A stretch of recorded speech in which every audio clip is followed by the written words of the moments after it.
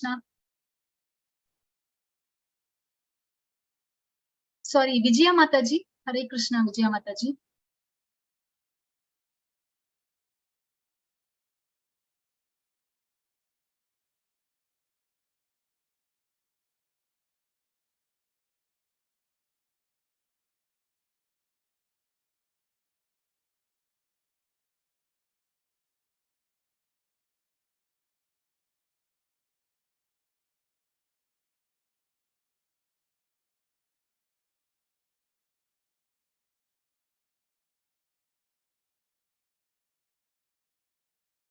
Hare Krishna devotees, எல்லாருக்கும் வணக்கங்கள்.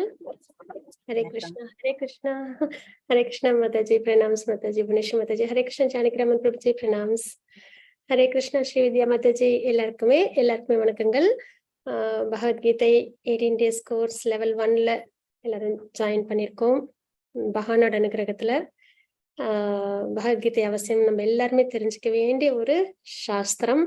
நம்ம வாழ்க்கையை நம்ம எப்படி வாழணும் அப்படின்றதுக்கான விஷயங்கள் தான் பகவான் நமக்கு உபதேசம் பண்ணியிருக்காங்க.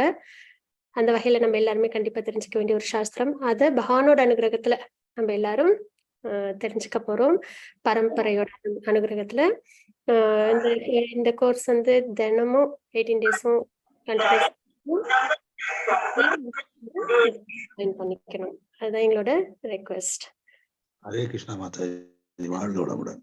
ஹரே கிருஷ்ண பிரபுஜி பிரணாம்ஸ் பிரபுஜி ஹரே கிருஷ்ணா. சரி சரி பிரபுஜி ஹரே கிருஷ்ணா. துர்கா மாதாஜி ஸ்கிரீன் தெரியுதுங்களா? எஸ் மாதாஜி.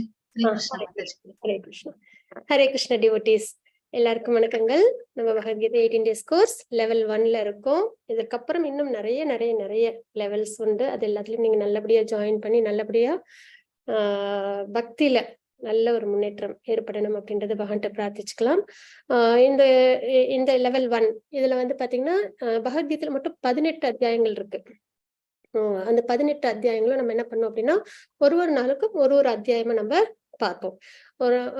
இந்த கிளாஸ் வந்து உங்களுக்கு 3 to 4 மணி வரைக்கும் டைம் வந்து உங்களுக்கு கொஞ்சம் நேரம் அதிகமாகவும் ஆகும்.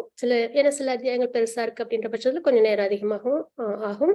ஆனா வந்து கிளாஸோட டைமிங் 3 to 4 1 மணி நேரம். ஒவ்வொரு நாளும் நம்ம ஒரு சாப்டர்ஸ் பார்ப்போம். ஏன்னா 18 அத்தியாயங்கள் இருக்கனால ஒரு சாப்டரை ஒரு நாளா பார்ப்போம். மொத்தம் பகவத்கீதையில பாத்தீங்கன்னா 700 ஸ்லோகங்கள் இருக்கு.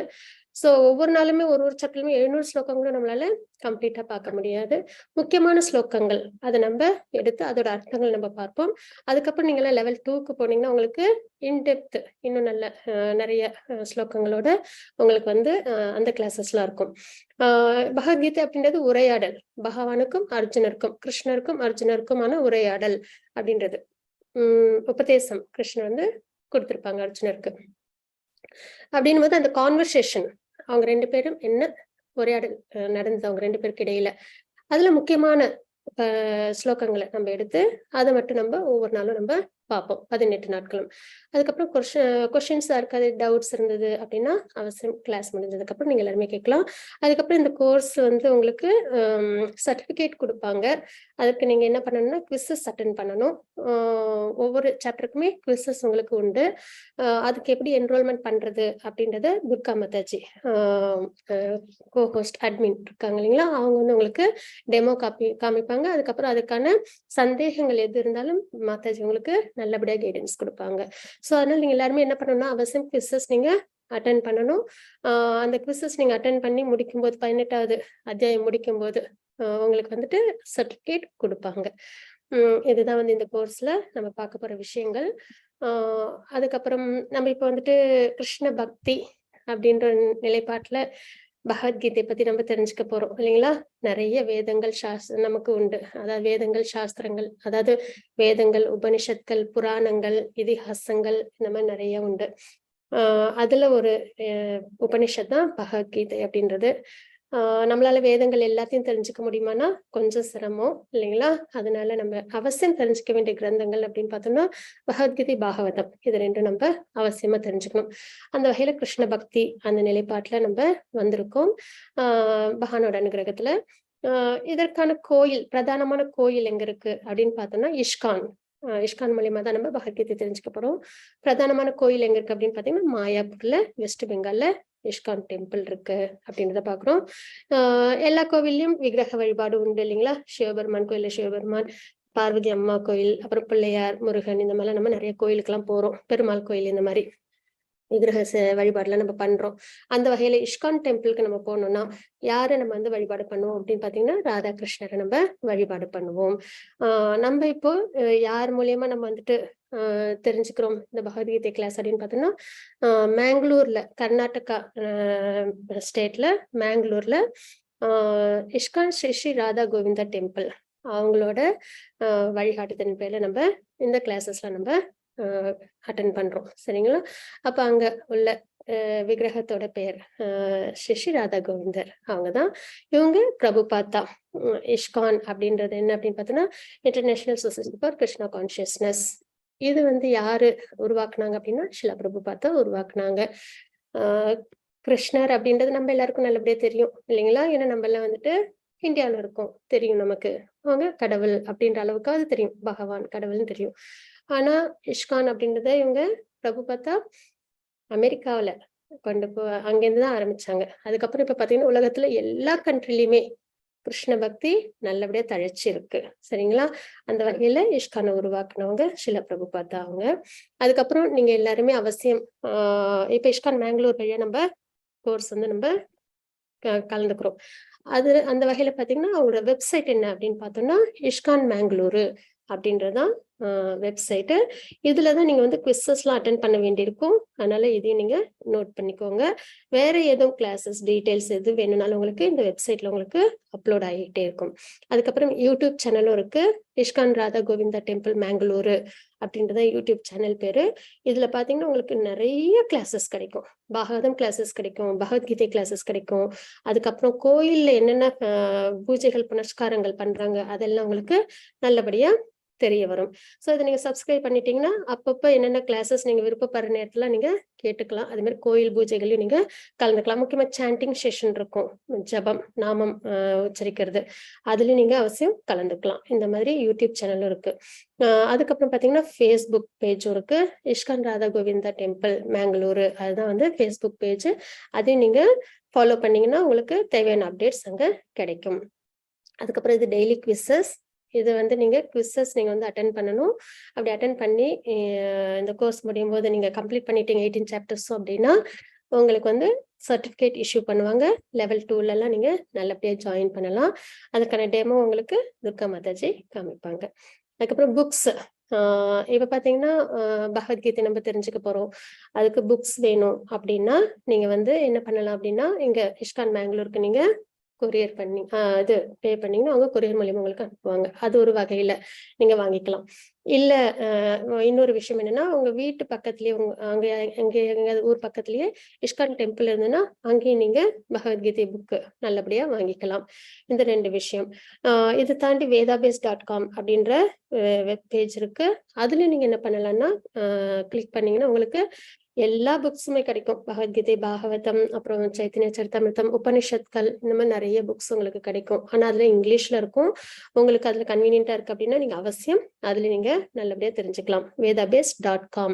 அது இன்னொன்னு என்ன அப்படின்னு பாத்தீங்கன்னா உங்களுக்கு மாதாஜி வந்து தினமும் டிரைவ் லிங்க் ஒன்று ஷேர் பண்ணுவாங்க. அதுலயே உங்களுக்கு அந்தந்த சாப்டருக்கு என்னென்ன தேவையோ ஸ்லோகங்கள், முக்கியமான ஸ்லோகங்கள், அதுக்கப்புறம் அதோட அதை எப்படி நம்ம ப்ரொனவுன்ஸ் பண்றது அப்படின்னு அந்த ரிசைட் பண்றது அந்த ஆடியோ இதுவும் இருக்கும், ரெக்கார்டிங்கும். அதுக்கப்புறம் பகவத்கீதை பிடிஎஃபாவே உங்களுக்கு மாதாஜி உங்களுக்கு ஷேர் பண்ணுவாங்க. இது தாண்டி உங்களுக்கு அந்த சாப்டர் ரிலேட்டடான விஷயங்களும் உங்களுக்கு அதுல இருக்கும். அதனால அந்த டிரைவ் லிங்க் எல்லாத்தையும் நீங்க வந்து அவசியம் ஓபன் பண்ணி பாருங்க. அதுல என்னென்ன இன்ஃபர்மேஷன்ஸ் இருக்கோ அது எல்லாத்தையும் நீங்க நல்லபடியா யூட்டிலைஸ் பண்ணிக்கணும். அது ஒரு விஷயம். இது 3 விஷயங்கள். புக்ஸ்ன்னு பொறுத்த வரைக்கும் மாதாஜி உங்களுக்கு வந்து வாட்ஸ்அப்ல ஷேர் பண்ணிடுவாங்க. அந்தந்த சாப்டருக்கு ரிலேட்டடான கண்டென்ட் எல்லாமே உங்களுக்கு அதுல வந்துடும். இந்த கிளாஸஸோட பிடிஎஃப் எல்லாமே உங்களுக்கு கிடைக்கும். இன்னொன்னு என்ன அப்படின்னா நீங்க வந்து vedabase.com அதுல நீங்க போய் படிச்சுக்கலாம். இன்னொன்னு இல்ல எனக்கு இந்த மாதிரி கேஜெட்ல படிக்க வேண்டாம், கண்ணு வலிக்கும், அந்த மாதிரி ஏதாவது ஒரு விஷயத்துல நீங்க ஃபீல் பண்ணீங்கன்னா பக்கத்துல உள்ள இஸ்கான் டெம்பிள்ல நீங்க பகவத்கீதை புக் வாங்கிக்கலாம். அப்படி உங்களுக்கு பக்கத்துல எதுவும் இஸ்கான் டெம்பிள் இல்லை அப்படின்னா நீங்க மேங்களூர் இஸ்கானுக்கு நீங்க பணம் பே பண்ணி நீங்க கொரியர்லயும் நீங்க வாங்கிக்கலாம். அவங்க உங்களுக்கு இந்த மாதிரி சாண்டிங் வீடு, அதுக்கப்புறம் பகவத்கீதை புக்கு, இந்த மாதிரி உங்களுக்கு 4 புக்ஸ் வச்சு கொடுப்பாங்க. இல்ல பகவத்கீதை புக் மட்டும் போதுன்னீங்கன்னா அது மட்டும் உங்களுக்கு கொரியர் பண்ணுவாங்க. அதுக்கப்புறம் உங்களுக்கு ஏதாவது ஒரு டவுட்ஸ் இருந்தது அப்படின்னா நீங்க எங்ககிட்ட அவசியம் நீங்க கேட்கணும், துர்கா மாதாஜி அப்புறம் என்கிட்டயும். அதுக்கப்புறம் பாத்தீங்கன்னா உங்களோட கோர்ஸ் சர்டிபிகேட் இப்படிதான் இருக்கும்.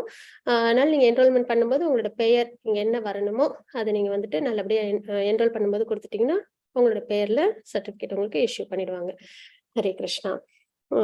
ஹரே கிருஷ்ணா. துர்கா மாதாஜி மங்களாச்சரண் வாசிச்சிடலாங்களா? எஸ் மாதாஜி. ஹரே கிருஷ்ண மாதாஜி. ஹரே கிருஷ்ணா.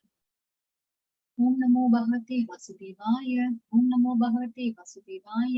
ஓம் நமோ பகவதே வாசுதேவாய. ஓம் அஜ்ஞானதிமிராந்தஸ்ய ஞானாஞ்சனशलाकया चक्षुरुन्मीलितं येन तस्मै श्रीगुरवे नमः. श्रीचैतन्यमनोभीष्टं स्थापितं येन भूतले स्वयं रूपकदा मह्यं ददाति स्वपदान्तिकं। वन्देऽहं श्रीगुरो श्रीयुतपदकमलं श्रीगुरुं वैष्णवांश्च श्रीरूपं साग्रजातं सहगण रघुनाथान्वितं तं सजीवं साद्वैतं सावधूतं परिजन सहितं कृष्ण चैतन्य देव श्री राधा कृष्ण पादान् सहगण ललिता श्री विशाखान्वितांश्च।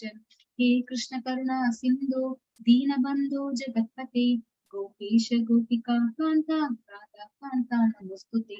तप्त काञ्चन गौरांगी राधे वृन्दावनेश्वरी वृषभानुसुते देवी प्रणमामि हरिप्रिये। वाञ्छाकल्पतरुभ्यश्च कृपा सिन्धुभ्य एव च पतितानां पावनेभ्यो वैष्णवेभ्यो नमो नमः। नमो महावदान्याय कृष्ण प्रेम प्रदायते कृष्णाय कृष्ण चैतन्य नामे गौरतुषे नमः। गुरवे गौरचन्द्राय राधिकायै तदालये कृष्णाय कृष्ण भक्ताय तद्भक्ताय नमो नमः। नमो ॐ विष्णुपादाय कृष्ण प्रेष्ठाय भूतले श्रीमते भक्ति वेदांत स्वामिनिति नामिने। नमस्ते सरस्वती देवी गौरवाणी प्रचारिणे निर्विशेष शून्यवादी पाश्चात्य देशतारिणे। जय श्री कृष्ण चैतन्य प्रभु नित्यानंद श्री अद्वैत गदाधर श्रीवासादि गौर भक्तवृंद। हरे कृष्ण कृष्ण कृष्ण हरे हरे हरे राम राम राम हरे हरे। हरे कृष्ण कृष्ण कृष्ण हरे हरे हरे राम राम राम हरे हरे। हरे कृष्ण माताजी। ஹரே கிருஷ்ண மாதாஜி. தேங்க்யூ மாதாஜி. நம்ம நல்லபடியா பகவான்கிட்ட பிரார்த்திச்சுப்போம். 18 நாட்களும் நல்லபடியா இந்த கோர்ஸ்ல ஜாயின் பண்ணி பகவத்கீதைய பகவான் என்ன அர்த்தத்துல நம்ம எல்லாருக்காகவும் அர்ஜுனன் மூலியமா கொடுத்தாங்களோ அதே மாதிரி நம்மளும் அதை நல்லபடியா அண்டர்ஸ்டாண்ட் பண்ணிக்கிற அந்த சக்தியை பகவான் நமக்கு கொடுக்கணும். அதே மாதிரி பக்தியில நல்லா சிறந்து வர்றதுக்கும் பகவானோட அனுகிரகத்தை நம்ம பிரார்த்திச்சுக்கலாம். ஹரே கிருஷ்ணா. 18 நாட்களில் பகவத்கீதை உண்மையுருவில் தெரிந்து கொள்ளுதல் நம்ம பார்க்க போறோம். முன்னாடி கொஞ்சம் ஒரு இன்ட்ரோடக்ஷன் பார்த்தலாம், ஒரு 10 நிமிஷம். அதுக்கப்புறம் நம்ம சாப்டர் நம்ம பார்க்கலாம். இன்னைக்கான அத்தியாயம் 1 அதை நம்ம பார்க்கலாம். அதுக்கு முன்னாடி நம்ம இன்ட்ரோடக்ஷன் பார்த்துடலாம். இஸ்கான் நிறுவனத்தின் நிறுவனர் ஆச்சாரிய தெய்வீக அருள் ஏசி பக்தி வேதாந்த சுவாமி பிரபுபாதாவின் போதனையின் அடிப்படையில் நம்ம எந்த ஒரு புக் நம்ம வாசிச்சாலும் நம்ம அதோட ஆர்த்தர் யாரு அப்படின்னா நம்ம தெரிஞ்சுப்போம் இல்லைங்களா? அந்த வகையில நம்ம வந்துட்டு இப்போ இஸ்கான் மூலியமா நம்ம பகவத்கீதை தெரிஞ்சுக்க போறோம். அதை நிறுவனம் பண்ணவங்க ஏசி பக்தி வேதாந்த சுவாமி பிரபுபாதா. அவங்களோட விளக்க உரையின் அடிப்படையில நம்ம தெரிஞ்சுக்க போறோம். பொதுவா நம்ம வந்துட்டு பக்தி அப்படின்றது ஒரு விஷயம் அப்படின்னும் போது நம்ம அதை வந்து பரம்பரை மூலியமா நம்ம தெரிஞ்சுக்கணும். அந்த பரம்பரையில என்ன அப்படின்றத நம்ம பார்க்கலாம். அந்த என்ன மாதிரி பரம்பரைகள்லாம் இருக்கு பகவானோட அங்கீகாரத்துல இருக்கு அப்படின்றத நம்ம தெரிஞ்சுப்போம். அந்த மாதிரி பரம்பரையில நம்ம தெரிஞ்சுக்கணும். அந்த வகையில இஸ்கான் ஃபாலோ பண்றது பிரம்ம கௌடிய சம்பிரதாயம். அதுதான் நம்ம பார்க்கிறோம். சரிங்களா? பிரபுபாதா இவங்களை பத்தியும் ஒரு 2-3 விஷயங்கள் நம்ம தெரிஞ்சுக்கலாம். இவங்களோட பெயர் வந்து அபயச்சரன் அப்படின்றத இவங்களோட பெயர், இயற்பெயர் சொல்லுவாங்க. அப்பா வந்து அபயச்சரன் அப்படின்றவங்க. இவங்க வந்து கல்கட்டாவில பிறந்தவங்க. இவங்க ஆரம்ப காலத்துல அப்பெல்லாம் எப்ப பிறந்தாங்க அப்படின்னு பார்த்தோம்னா 1896 அவங்க பிறந்தாங்க. அப்பெல்லாம் பிரிட்டிஷோட ஆதிக்கத்துலதான் இந்தியா இருந்தது இல்லைங்களா? அதனால அவங்க வந்துட்டு வளர்ந்ததுக்கு அப்புறம் கொஞ்சம் காலேஜ், ஸ்கூல் எல்லாமே இதுலதான் பண்ணாங்க, கல்கட்டாவில தான் பண்ணாங்க. அப்போ நல்ல சான்ஸ்கிரிட் புலமையும் இங்கிலீஷ் புலமையும் அவங்களுக்கு ரொம்ப சிறந்து இருந்தது. அதுக்கப்புறம் அவங்க என்ன பண்ணாங்கன்னா ஃப்ரீடம் ஸ்ட்ரகிள்ல அவங்க பார்ட்டிசிபேட் பண்ணாங்க மகாத்மா காந்தியோட சேர்ந்து. அதுக்கப்புறம் அவங்க அவங்களோட குருவையும் அவங்க சந்திக்கிற வாய்ப்பு அவங்களுக்கு 1922ல கிடைச்சது. அப்ப அவங்க குருவையும் அவங்க சந்திச்சாங்க. அவங்களோட பேர் என்னன்னா பக்தி சித்தாந்த சரஸ்வதி டாக்கூரா. அவங்கள சந்திச்சதுக்கு அப்புறம் அவங்க என்ன சொன்னாங்க அப்படின்னு பாத்தீங்கன்னா கிருஷ்ண பக்திய இந்த உலகம் ஃபுல்லா கொண்டு போய் சேர்க்கணும் அப்படின்றதா அவங்க கிட்ட சொன்னாங்க. எப்பயுமே குரு என்ன சொன்னாங்களோ அதை சிஷ்யர் அப்படியே வந்து ஃபாலோ பண்ணுவாங்க. அந்த வகையில அவங்களோட குரு அவங்களுக்கு சொன்ன ஒரு இன்ஸ்ட்ரக்ஷன் என்னன்னா கிருஷ்ண பக்திய உலகம் ஃபுல்லா கொண்டு போய் சேர்க்கணும் அப்படின்றத அவங்க கிட்ட கேட்டுக்கிட்டாங்க. அப்புறம் நிறைய புக்ஸ் எழுதணும் அப்படின்றத சொல்லியிருந்தாங்க. வேதங்கள், சாஸ்திரங்கள், அதுக்கு ரிலேட்டடான புக்ஸ் அது அப்படியே பிரபுபாதா என்ன பண்ணாங்கன்னா ஃபாலோ பண்ணாங்க. அவங்க வந்துட்டு அதுக்கப்புறம் பாத்தீங்கன்னா பேக் டு காட் ஹெட் அப்படின்ற மேகசின்ஸ் எல்லாம் எழுதினாங்க. அதுக்கப்புறம் பகவத்கீதை, பாகவதம் இதுக்கெல்லாம் நிறைய டிரான்ஸ்லேஷன்ஸ் எல்லாம் எழுதினாங்க. அதுக்கப்புறம் பக்தி வேதாந்தா அப்படின்ற டைட்டில் வந்து அவங்களுக்கு கொடுக்கப்பட்டுச்சு 1959ல. ரொம்ப கஷ்டம். ஏன்னா யாரும் அவ்வளவு சீக்கிரத்துல அக்செப்ட் பண்ணிக்கல. அப்ப பிரிட்டிஷ் ஆதிக்கத்துல வேற இந்தியா இருந்ததுனால யாரும் அந்த அளவுக்கு ஈஸியா கிருஷ்ண பக்தியை எடுத்துக்கல. அதுக்கப்புறம் என்ன பண்ணாங்க அப்படின்னு பார்த்தோம்னா 1965ல ஆல்மோஸ்ட் ஒரு 60+ இயர்ஸ்லதான் அவங்க என்ன பண்ணாங்கன்னா அமெரிக்காவுக்கு அவங்க போனாங்க. போகும்போது பாத்தீங்கன்னா கார்கோ ஷிப்ல போனாங்க. போகும்போதே வந்துட்டு 2 தடவை அவங்களுக்கு ஹார்ட் அட்டாக்கும் வந்திருந்தது. மருந்து வசதி எதுவுமே கிடையாது, மருத்துவ வசதி எதுவுமே கிடையாது. இருந்தாலும் சமாளிச்சுக்கிட்டு அமெரிக்காவுக்கு அவங்க கார்கோ ஷிப்ல போனாங்க. கூட யாரும் வரல. பணமும் நிறைய எல்லாம் கிடையாது, சொற்ப பணம் தான் இருந்தது. கையில கிரந்தம் மட்டும்தான், பகவத்கீதை, பாகவதம் இதெல்லாம் தான் அவங்க வச்சிருந்தாங்க. அதை எடுத்துக்கிட்டு அவங்க அமெரிக்காவுக்கு போனாங்க. போய் 1 வருட காலம் வரைக்கும் ரொம்ப சிரமப்பட்டாங்க. அதுக்கப்புறம் பகவானோட அனுகிரகத்துல எல்லாருக்கும் கிருஷ்ண பக்தி நல்லபடியா அவங்க கொண்டு போய் சேர்த்தாங்க அப்படின்றதான். இப்ப பாத்தீங்கன்னா 108 கண்ட்ரிஸ், அதாவது நிறைய எல்லா கண்ட்ரிலுமே 108 டெம்பிள்ஸ் பிரபுபாதா வந்து கிருஷ்ணன் கோயில் வந்து அவங்க கட்டியிருக்காங்க அப்படின்றது.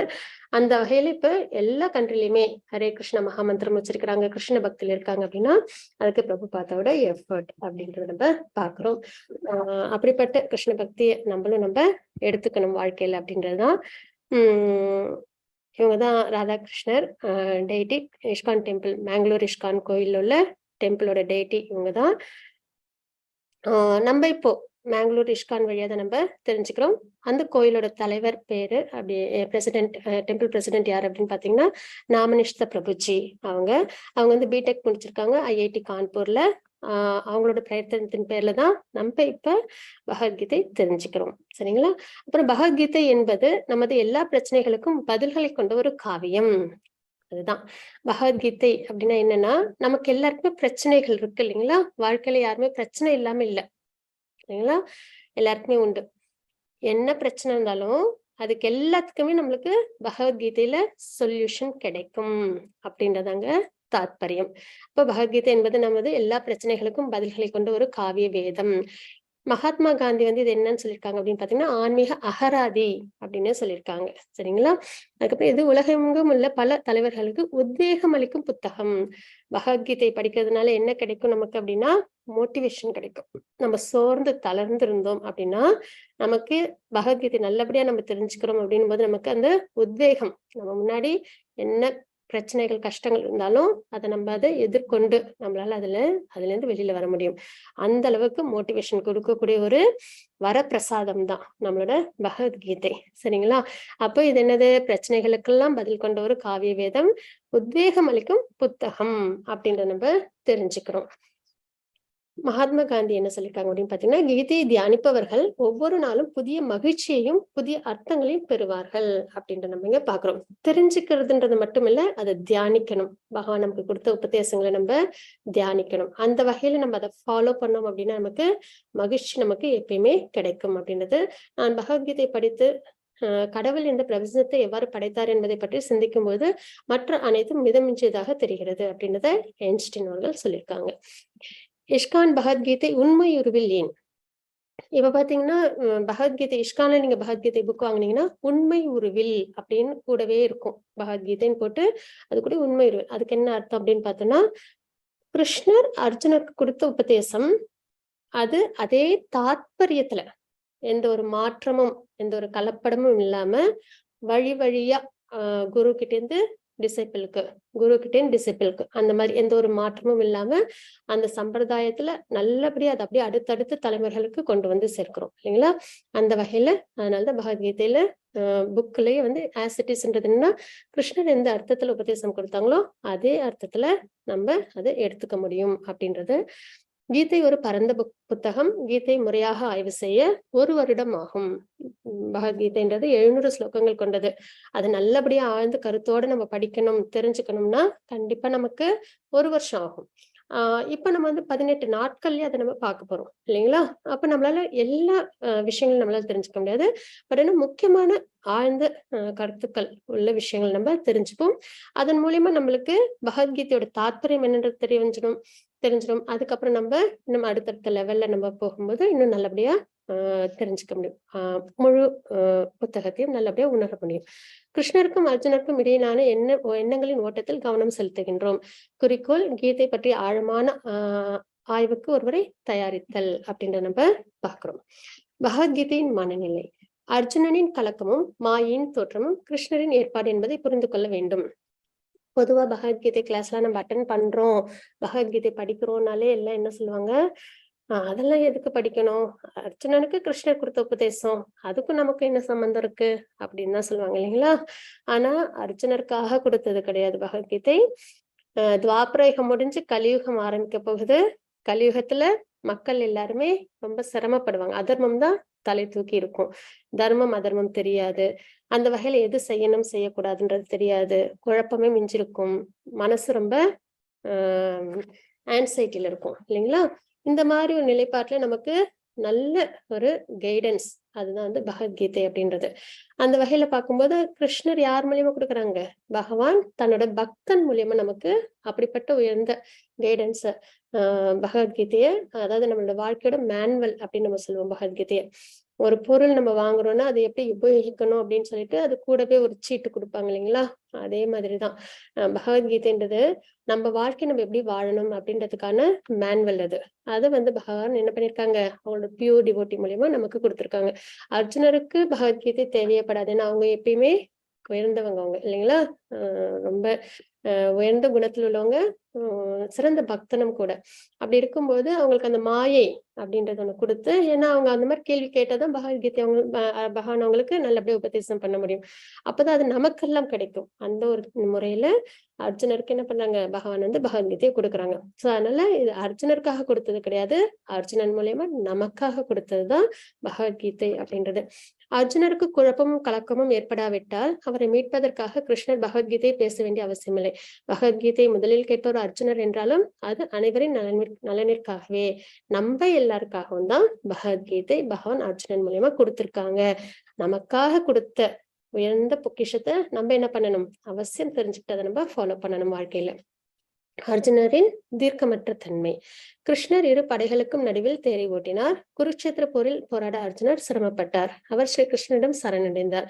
இதன் விளைவாக பகவத்கீதை பேசப்பட்டது அப்படின்னு தெரிஞ்சுக்கிறோம். கிருஷ்ணர் யாரு அப்படின்னு நம்ம பார்த்தோம்னா பாகவதம் படிச்சோன்னா தெரியும், பகவத்கீதை படிச்சா தெரியும் இல்லைங்களா? கிருஷ்ணர் யாருன்னா இந்த உலகத்தை உருவாக்குனவங்க அப்படின்றது. அப்படிப்பட்ட கிருஷ்ணர் பகவான் எல்லாமே அவங்களோட கண்ட்ரோல்ல இருக்கு. எல்லார்கிட்டையும் என்ன சொல்றது, இந்த ஆன்மீக உலகம் ஜட உலகம் எல்லாமே உருவாக்குனவங்க தான். அப்படிப்பட்ட உயர்ந்த பகவான் என்ன பண்றாங்க, அர்ஜுனருக்கு தேர் ஓட்டுறாங்க இல்லைங்களா? தன்னோட பக்தனுக்கு தேர் ஓட்டுறாங்க. அப்ப அதுதான் பகவானோட அந்த நிலைப்பாடு. பக்தி அப்படின்றதாலேயே யசோதம்மா என்ன பண்ணாங்க, அவங்கள கட்டி போட்டாங்க இல்லைங்களா? அந்த அளவுக்கு நம்ம பக்தி அப்படின்றது மட்டும் அவங்களுக்கு பண்ணனா போதும், பகவான் பக்தர்களுக்கு அவ்வளவு அனுகிரகங்கள் கொடுப்பாங்க, திருப்பி அப்படியே ரெசிப்ரோகேட் பண்ணுவாங்க அப்படின்றது அங்க தாத்பரியம். அப்படிப்பட்ட உயர்ந்த பகவான் பக்தர்களுக்கு கட்டுப்பட்ட பகவான் என்ன பண்றாங்க, அர்ஜுனருக்கு தேர் ஓட்டுறாங்க. அப்ப அர்ஜுனருக்கு கொஞ்சம் சிரமம் ஆயிடுது. எனக்கு போர் பண்ணணுமா, எனக்கு வேண்டாம். ஏன்னா இது வந்து போர் நடக்கிற இடம் இல்லைங்களா, குருட்சேத்திரம் மகாபாரதத்துல ஒரு பகுதியில வர்றதுதான் பகவத்கீதை அப்படின்றது. கௌரவர்களுக்கும் பாண்டவர்களுக்கும் இடையில என்ன நடக்குதுன்னா போர் நடக்குது. அதர்மத்துக்கும் தர்மத்துக்கும் இடையில போர் நடக்குது இல்லைங்களா. அப்ப அர்ஜுனருக்கு வந்து போர் பண்றதுல சிரமமா இருக்கு. ஏன்னா தனக்கு எய்தாப்புல யாரெல்லாம் இருக்காங்கன்னு பார்த்தோம்னா, பீஷ்மர், அவங்க மேல ரொம்ப அன்பு வச்சிருந்த பீஷ்மர், துரோணாச்சாரியர், அவங்க மேல ரொம்ப அன்பு வச்சு அவங்க எல்லாருக்கும் நல்லபடியா போர்க்கலையை சொல்லி கொடுத்த குரு இல்லைங்களா. குருவை எப்பயுமே மரியாதை பண்ணி அவங்க கிட்ட நம்மளோட சர்வீஸ் தான் கொடுக்கணும். ஆனா இப்ப அர்ஜுனருக்கு என்ன நிலை வந்துருது, குருவை எதிர்த்து போர் பண்ற நிலைக்கு அவங்க வந்துட்டாங்க. அப்புறம் சுத்தி எல்லாருமே குரு கௌரவர்கள் பக்கத்துல இன்னும் துரியோதனன் இல்லாம யாருதான் இவங்களுக்கு சகோதர முறைதான் இல்லைங்களா. இப்படி எல்லாரையும் பார்க்கும்போது அர்ஜுனருக்கு ரொம்ப சிரமமாயிடுது. தன்மையில ரொம்ப அன்புச்சு இந்த பீஷ்மர், துரோணர், அதுவும் குருவையே எதிர்த்து வேற போர் பண்ணணும், இந்த மாதிரி விஷயங்கள்லாம் அவங்களுக்கு பார்க்கும்போது மனசுக்கு ரொம்ப வேதனை ஆயிடுது. இப்படிலாம் இவங்களெல்லாம் அழிச்சிட்டு போர் பண்ணணுமா அப்படின்ற ஒரு மனக்கலக்கம் வந்துருது. அப்ப அவங்க என்ன ஆயிடுறாங்க, சிரமப்படுறாங்க போர் பண்றதுக்கு. அப்ப அவங்க என்ன பண்றாங்க, கிருஷ்ணர்கிட்ட சரணடைறாங்க. அதுதான் தாத்பரியம். நமக்கும் இதே மாதிரிதான் இல்லைங்களா, வாழ்க்கை பொற்களமா இருக்கும், எது செய்யணும் செய்யக்கூடாதுன்னு தெரியாது இல்லைங்களா. அந்த மாதிரி மனம் ஒரு சஞ்சல நிலையில இருக்கும் நமக்கும். அப்ப நமக்கும் சரியான மார்க்கம் எது அப்படின்றது தெரியாம இருக்கும். அப்ப நம்மள என்ன பண்ணணும், அர்ஜுனர் என்ன பண்ணிருக்காங்க, நம்ம எப்பயுமே பகவத்கீதையில அர்ஜுனரோட பக்கத்துல இருந்து பகவத்கீதை நம்ம கேட்கணும். அப்பதான் நம்மளால அந்த தாத்பரியத்தை நம்மளால நல்லபடியா புரிஞ்சுக்க முடியும். அர்ஜுனர் கூட இருந்து கேட்டோம்னா அவங்க எந்த நிலைப்பாட்டுல இருக்காங்க, அவங்களோட குணம் என்ன, அவங்க எப்படி பகவத்கீதை எடுத்துக்கிட்டாங்க, இந்த மாதிரி நம்மளும் கேட்க கேட்க நமக்கும் அந்த தாத்பரியம் புரிய வரும். அந்த வகையில அவங்க என்ன பண்றாங்க, இப்ப மன சஞ்சலம், மனக்கவலை எல்லாம் இருக்கு. அவங்க என்ன பண்றாங்க, கிருஷ்ணர் கிட்ட சரணாகதி அடைறாங்க. வேற யார்கிட்டயாவது சரணாகதி அடைஞ்சாங்களா, பீஷ்மர் இல்ல துரோணாச்சாரியார் இல்லைன்னா யுதிஷ்டர் மகாராஜர் இந்த மாதிரி யார்கிட்டயாவது போய் கேட்டாங்களா, இல்ல. யார்கிட்ட போய் கேட்டாங்க, கிருஷ்ணர் கிட்ட கேட்டாங்க இல்லைங்களா. அப்ப அவங்க கிட்ட சரணாகதி அடைகிறாங்க. இதன் விளைவாக பகவத்கீதை பேசப்பட்டது. அப்ப நமக்கும் மனம் சஞ்சலமா இருக்கும்போது, சரி தவறு தெரியாம குழம்பி இருக்கும்போது நம்ம என்ன பண்ணணும், பகவத்கீதையில பகவான் நமக்காக அர்ஜுனன் மூலம் கொடுத்த பகவத்கீதை நம்ம நல்லபடியா ஆழ்ந்து தெரிஞ்சுக்கிட்டோம்னாலே நமக்கு கொடுத்த உபதேசம் தான். ஒவ்வொருத்தவங்களுக்கும் பகவான் தனிப்பட்ட முறையில கொடுத்த உபதேசமா நம்மளுக்கு தெரிய வரும். நம்மளும் அதை நல்லபடியா கிரகிச்சுக்க முடியும். அதுக்கப்புறம் கீதை மகாத்மியம் அப்படின்றது, இது வந்து ஆதிசங்கரர் அவங்க கொடுத்தது. இந்த ஸ்லோகங்கள் எல்லாம் பகவத்கீதையோட உயர்ந்த தாத்பரியத்தை அவங்க குறிப்பிட்டு இருந்திருப்பாங்க. ஆதிசங்கரர் பகவத்கீதையோட உயர்வை இந்த ஸ்லோகங்கள்ல குறிப்பிட்டிருப்பாங்க. பகவத்கீதையின் உபதேசங்களை முறையாக பின்பற்றுபவன். எப்பயுமே இப்ப நம்ம பகவத்கீதை தெரிஞ்சுக்கிறோம் அப்படின்னா, தெரிஞ்சுக்கிறது மட்டுமே முழுமை கிடையாது. அதை நம்ம நல்லபடியா கிரகிச்சுக்கிட்டு அதை நம்ம என்ன பண்ணணும், நம்ம ஃபாலோவும் பண்ணணும். அந்த வகையில் தான் அது. ஒரு உணவு இருக்கு அப்படின்னா நம்ம என்ன பண்ணுவோம், அது பார்த்துட்டு திருப்தி அடைஞ்சிருவோமா, இல்ல. அதை ருசிச்சு சுவைச்சு சாப்பிடும்போதுதான் அந்த திருப்தி ஏற்படும் இல்லைங்களா, உடம்புக்கும் நல்லது கிடைக்கும். அந்த மாதிரி பகவத்கீதைன்றது சும்மா தெரிஞ்சுக்கிறது அப்படின்றது அவ்வளவு முழுமையான ஒரு நிலைப்பாடு கிடையாது. அதை நம்ம என்ன பண்ணணும், நல்லபடியா ஃபாலோ பண்ணணும், அப்சர்வ் பண்ணிட்டு ஃபாலோ பண்ணணும். அப்ப பகவத்கீதை உபதேசங்களை முறையாக பின்பற்றுபவன் வாழ்வில் எல்லாவித துயரங்களிலிருந்தும் ஏக்கங்களிலிருந்தும் விடுபட முடியும். அப்ப நம்ம எல்லாருக்குமே வாழ்க்கையில என்ன இருக்கு, கொஞ்சம் கஷ்டங்கள், ஏக்கங்கள் இதெல்லாம் இருக்கதான் செய்யுது இல்லைங்களா. இது இல்லாம யாருமே இல்லை. அப்ப இதுல இருந்தெல்லாம் நம்மளால வெளியில வரணும், அதுதான் நம்மளோட ஆசை இல்லைங்களா. அமைதி சந்தோஷத்தை தான் நம்ம எல்லாருமே தேடுறோம் வாழ்க்கையில. அப்ப அது எல்லாத்துல இருந்தும் அந்த துக்கம், துயரம், ஏக்கம் இதுல இருந்தெல்லாம் நம்மளால என்ன பண்ண முடியும், பகவத்கீதை உபதேசங்களை பின்பற்றுவதனாலேயே நம்மளால அதுல இருந்தெல்லாம் வெளியில வர முடியும், துயரங்கள் ஏக்கங்களிலிருந்து. அப்புறம் இவ்வாழ்வின் பயம் முழுவதிலிருந்து விடுபட்டு, வாழ்க்கையில நமக்கு பயம்ன்றது உண்டு இல்லைங்களா. ஏன்னா எதுவுமே நிரந்தரம் இல்லாத ஒரு வாழ்க்கை. அதனால நம்மளுக்கு நிமிஷத்துக்கு நிமிஷம் பயம் இருக்கும். நம்ம தக்க வச்சுக்கணும்னு நினைப்போம், அது கிடைக்குமான்னு ஒரு பயம். கிடைச்சதுக்கு அப்புறம் அதை நம்ம தக்க வச்சுக்க முடியுமான்னு ஒரு பயம். கிடைக்கிற வரைக்கும் கிடைக்குமான்னு பயம், கிடைச்சதுக்கு அப்புறம் அது நிலைச்சிருக்குமான்ற பயம். இந்த மாதிரி நம்மளுக்கு பயம் இருக்கதான் செய்யுது இல்லைங்களா. அப்ப இவ்வாழ்வில் பயம் முழுவதிலிருந்து விடுபட்டு அவன் மறுவாழ்வில் ஆன்மீக வாழ்வை அடைகின்றான். இந்த வாழ்க்கையிலும் பயம் இருக்காது, அடுத்த வாழ்க்கையும் என்னாகும், நமக்கு ஆன்மீக வாழ்க்கையை நமக்கு பகவானை அடைவோம் அப்படின்றது தாத்பரியம். பகவத்கீதை முழுமையாக ஆர்வத்துடனும் அக்கறையுடன் ஒருவன் படித்தால் பகவானின் அருளால் அவனது பூர்வ ஜென்ம பாவங்கள் செயல்படாமல் போகும். நம்ம நிறைய பிறவிகள் எடுத்திருக்கோம் இல்லைங்களா? அதுல நிறைய நம்ம என்ன பண்ணிருப்போம், தெரிஞ்சோ தெரியாமலோ தவறுகள் பண்ணிருப்போம். அப்போ நமக்கு என்ன கிடைச்சிருக்கும், பாபங்கள் சேர்ந்திருக்கும். அப்ப இந்த மாதிரி நம்மளுக்கு இருக்கிற பாபங்கள் எல்லாம் என்ன ஆகும், பகவத்கீதை நம்ம ஆர்வத்தோட அக்கறையோட படிக்கிறதுனால செயல்படாமல் போகும். எப்படி அப்படின்னு பார்த்தோம்னா, பகவான் இப்ப நம்ம கங்கையில போய் குளிக்கிறோம் இல்லைங்களா, பாவம் தொலையறதுக்காக. அப்ப அதுக்கு சக்தி இருக்கு நம்மளுக்கு தெரிய வருது, கங்கை நீருக்கு. பகவானுக்கு நம்ம இப்ப கோயிலுக்கு எல்லாம் போற வழிபாடு பண்றோம், உயர்ந்த சக்தி இல்லைங்களா? அப்ப அந்த மாதிரி பகவானோட அந்த உபதேசங்களை கேட்க கேட்க நம்மளோட பாபங்கள்லாம் அந்த உபதேசங்களால என்ன ஆகும், அதை கேட்கறதுனால அந்த பாபங்கள்லாம் செயல்படாமல் போகும் அப்படின்றத தெரிஞ்சுக்கிறோம். அப்ப இந்த பகவத்கீதை படிக்கிறதுனால என்னென்னலாம் நன்மைகள்ன்றத ஆதிசங்கரர் குறிப்பிட்டிருக்காங்க கீதா மகாத்மியத்துல. நல்லபடியா பின்பற்றுவதன் மூலம், தெரிஞ்சுக்கிறதுல பின்பற்றுவதன் மூலம் நம்மளோட ஏக்கங்கள் துயரங்கள் நம்மளை விட்டு போயிடும், பயம் போயிடும். அதுக்கு அடுத்த நிலைப்பாட நம்ம ஆன்மீக வாழ்க்கைய நம்ம அடைய முடியும், அதாவது லிபரேட் ஆக முடியும் அப்படின்றது. அதுக்கப்புறம் நம்மளுக்கு உள்ள அந்த பாபங்கள்லாம் தொலைஞ்சு போகும்ன்றத பாக்குறோம். துர்கா மாதாஜி ஸ்லோகங்கள் வாசிச்சு கொடுக்குறீங்களா? ஹரே கிருஷ்ண மாதாஜி. ஹரே கிருஷ்ணா. சர்வோபனிஷதோ காமோதோக்தா கோபால நந்தனஹ பார்த்தோ வத்ஸ சுதீர் போக்தா துக்கம் கீதாமிருதம் மஹத். ஹரே கிருஷ்ண மாதாஜி. ஹரே கிருஷ்ண மாதாஜி. எல்லா உபனிஷத்துக்களின் சாரமான கீதோபனிஷத் என்று அழைக்கப்படும் பகவத்கீதை பசுவை போன்றது. இடையர்குல சிறுவனாக புகழ்பெற்று விளங்கும் பகவான் கிருஷ்ணரால் கறக்கப்படுகிறது. அர்ஜுனன் கன்று போன்றவர், அறிவு சார்ந்தவரும் தூய பக்தர்களும் பகவத்கீதை என்னும் அமிர்த பாலை குடிக்க வேண்டியவர்கள் அப்படின்றத தெரிஞ்சுக்கிறோம் சரிங்களா? வேதங்கள் நமக்கு அதுதான் நம்மளோட ஆதாரம் இல்லைங்களா? நம்மளோட கேள்விகளுக்கெல்லாம் பதில் எங்க இருக்குன்னா வேதத்துலதான் இருக்கு. அப்படின்னும் போது வேதங்கள் அப்படின்னு 4 இருக்கு, வேதங்களை 4 தொகுத்திருக்காங்க. அதுக்கப்புறம் அந்த வேதங்கள் எல்லாத்தையும் நம்மளால நல்லபடியா படிக்க முடியுமான்னா கொஞ்சம் சிரமம் இல்லைங்களா? அதனால என்ன பண்ணாங்க வேதவியாசர், அது எல்லாத்தையும் உபனிஷத்களா, வேத சாரங்கள்ல உபனிஷத்களாவும், அதுக்கப்புறம் புராணங்களாகவும், அதுக்கப்புறம் இதிகாசங்களாகவும் நமக்கு கொடுத்திருக்காங்க. அந்த வகையில பகவத்கீதை அப்படின்றது என்ன அப்படின்னு பார்த்தோம்னா உபனிஷத் அப்படின்னு தான் நம்ம இங்க தெரிஞ்சுக்கிறோம் சரிங்களா? நிறைய உபநிஷத்கள் உண்டு. அதுல பிரதானமா 108, அதுல பிரதானமா 10 உபநிஷத்கள் இருக்கு. அந்த 10ல ரொம்ப முக்கியமானது பகவத்கீதை அப்படின்றது தெரிஞ்சுக்கிறோம். இந்த பகவத்கீதைன்றது உபநிஷத்துன்றதை பார்த்துட்டோம். அதுக்கப்புறம் அது பசுவை போன்றது. பசுல இருந்து பால் யாரு கறக்குறாங்க அப்படின்னா பகவான் சரிங்களா? இடையக்குல சிறுவன் இல்லைங்களா, அவங்க எப்பவுமே கிருஷ்ணர், அவங்க பால் கறக்குறாங்க. கன்று பார்த்தாதான் பசு என்ன பண்ணும், நல்ல பால் சுரக்கும் அன்பினால இல்லைங்களா? அப்ப கன்றா யாரு இருக்காங்க, அர்ஜுனர். பகவானுக்கு எப்பயும் பக்தர்கள் மேல என்னது ரொம்ப அலாதி பிரியம். அப்ப அர்ஜுனர் பார்க்கும்போது, பக்தனை பார்க்கும்போது அவங்களுக்கு என்ன ஏற்படும், பிரியத்தினால அவங்க நிறைய உபதேசங்கள் கொடுக்குறாங்க, பகவத்கீதை நமக்கு கிடைக்க வருது. அப்ப அறிவு சான்றவரும் தூய பக்தர்களும், பாலை யாரு குடிக்கிறாங்க, நம்ம எல்லாம் தான் இல்லைங்களா? தூய பக்தர்கள் அறிவு சான்றவர்களும் என்ன பண்றோம், நம்ம பகவத்கீதை என்னும் அமிர்த பாலை குடிக்க வேண்டியவர்கள் அப்படின்றத நம்ம தெரிஞ்சுக்கிறோம். நம்ம இன்னைக்கான அத்தியாயத்தை நம்ம பார்க்கலாம். அர்ஜுன விஷாத யோகம் அதை நம்ம பார்க்க போறோம். அர்ஜுனரின் கவலை அப்படின்றது இதுதான் அத்தியாயம் 1. இந்த அத்தியாயம் 1ஓட தலைப்பு அர்ஜுன விஷாத யோகம் அப்படின்றது அர்ஜுனனின் கவலை.